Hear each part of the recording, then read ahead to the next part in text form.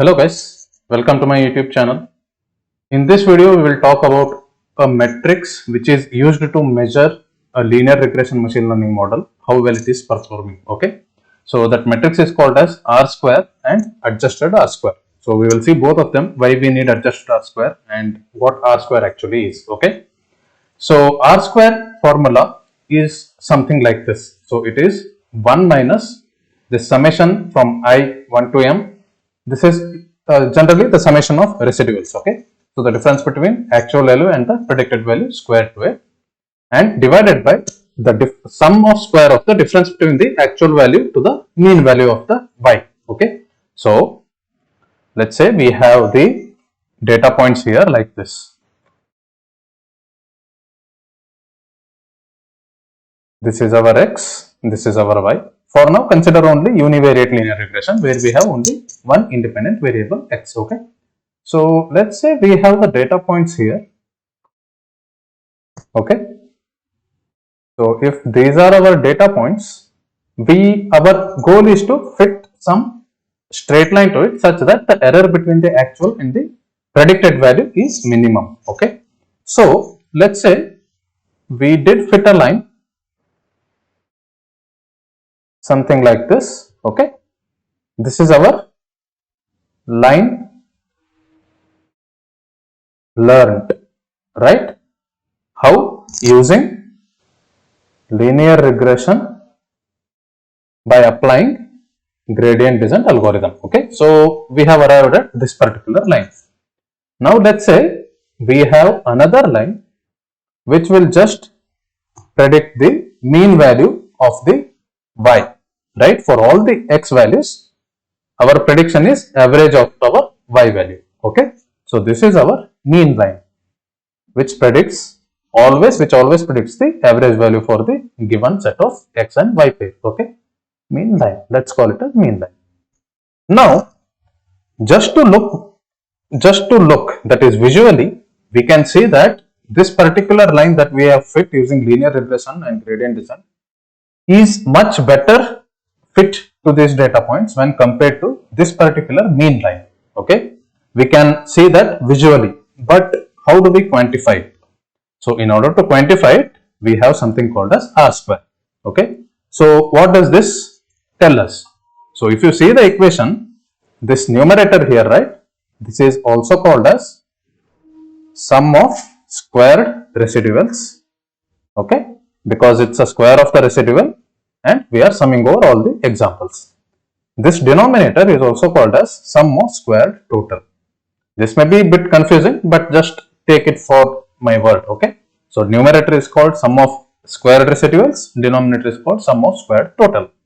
So if you see this y hat here, this y hat is our predicted value. Okay, this is our predicted value, and this y bar here is the mean or average of our actual value y, right? So if we have, let's say, 10 training examples, we sum all those yi's, I is equal to 1 to 10 yi, and then divided by 10, right? So this will give us mean value of y. So that is this y bar. Okay, so this is the formula. So we want our R square value to be as close to as possible to 1. If it's 1, it's a perfect, the straight line that we have fit is a perfect fit to our data points. If it's less than 1 or nearly equal to 0, or even if less than 0, then the line which we have fit to the data points is not the best fit. We must arrive at the number which is close to 1. Okay, so it can be 0.9, 0.99 or 0.8, something like this must be close to 1. Okay, so we'll see what happens.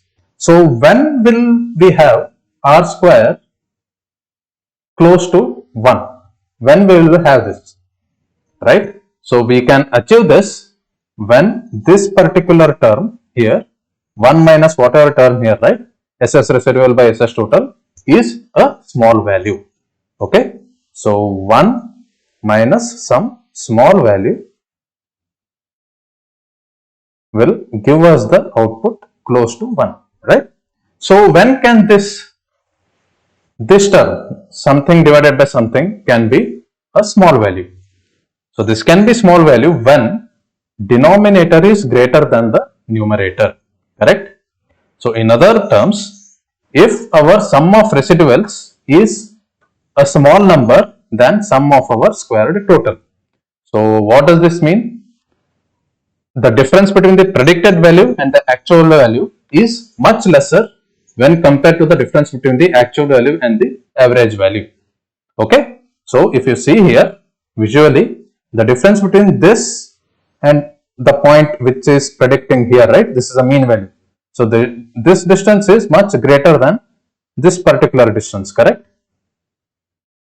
So this can be nearly equal to 1, right, or some big value when this term here is a small value. And when this can be a small value, the numerator should be small, denominator should be large compared to the numerator, okay? When we say numerator should be small, it automatically means that our predicted and actual values are close to each other. That's why we are getting this whole sum as a small number than this particular denominator, where we are subtracting or getting the difference between the actual and the mean value of our dependent variable, that is y. Okay, so in this case, r square can be close to 1. Okay, now can this be less than 0? Can r square be less than 0? It can be less than 0, right? When this term here, sum of squared residuals divided by sum of squared total, is greater than 1. Okay, so what does this mean when this term is greater than 1? So it means that numerator is a larger value compared to our denominator. Okay, so when can this be true?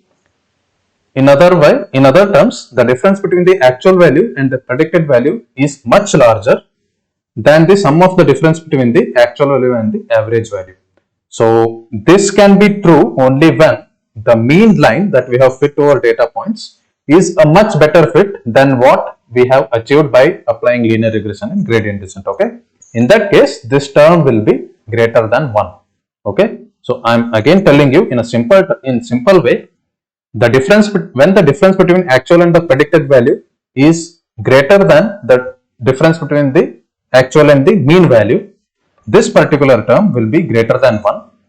Once this term gets greater than 1, 1 minus something greater than 1 will be a negative value, right? So 1 minus some value greater than 1 will give us a negative value, correct? Or less than 0, right?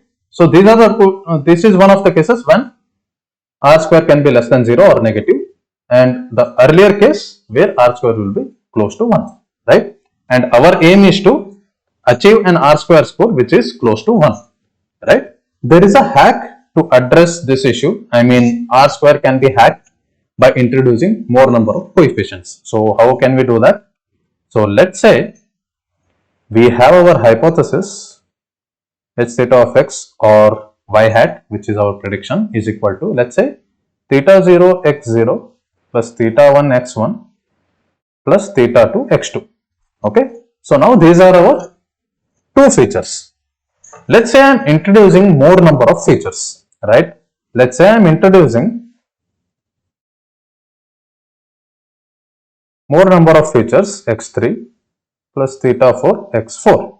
Right, these two are my new features I have introduced as part of my data set. It is not part of my original data set, but I have introduced x3 and x4 as my additional features. So what happens here?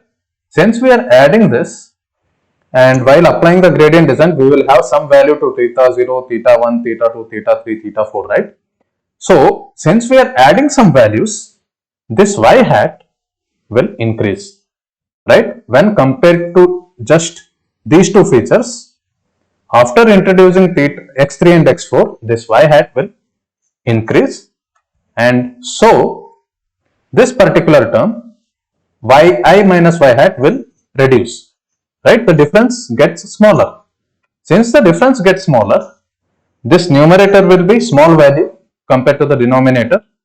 So again we will have r square close to 1, but in this case, we achieved r square close to 1 by utilizing the fault within this particular formula of calculating R square, right? So this is not actually a best fit line, but since we have introduced some additional features which might be unwanted features, right? This y may not be dependent on this x3 and x4, but still, in order to increase the R square score close to 1, we have introduced this. This is a hack, right? So if we want to have a better R square score, we can just use this hack to get the R square value close to 1. So in order to avoid this, there is something called as adjusted R square, okay? And the formula for that is, so I have written it here.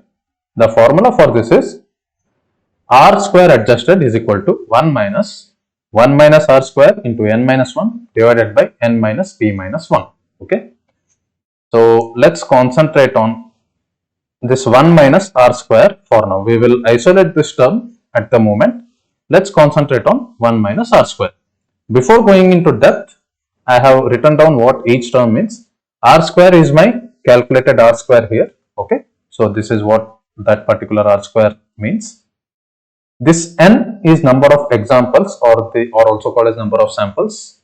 In other way, we can also call it as sample size, the number of examples that we have in our data set, okay? And p here is the number of features that we are using to fit the straight line. So let's say I have a hypothesis here, s theta of x is equal to theta 0 x0 plus theta 1 x1 plus theta 2 x2 plus theta 3 x3 and theta 4 x4. Let's say I am using 4 features. So in this case, p will be equal to 4. 1, 2, 3, 4. I have 4 features, right? So it will be 4. Of course, we have this additional feature. We can ignore this for now. Okay, let's ignore this part. So we have 4 features. So p will be 4. Let's say we have around 1000 examples with us. So n will be 100.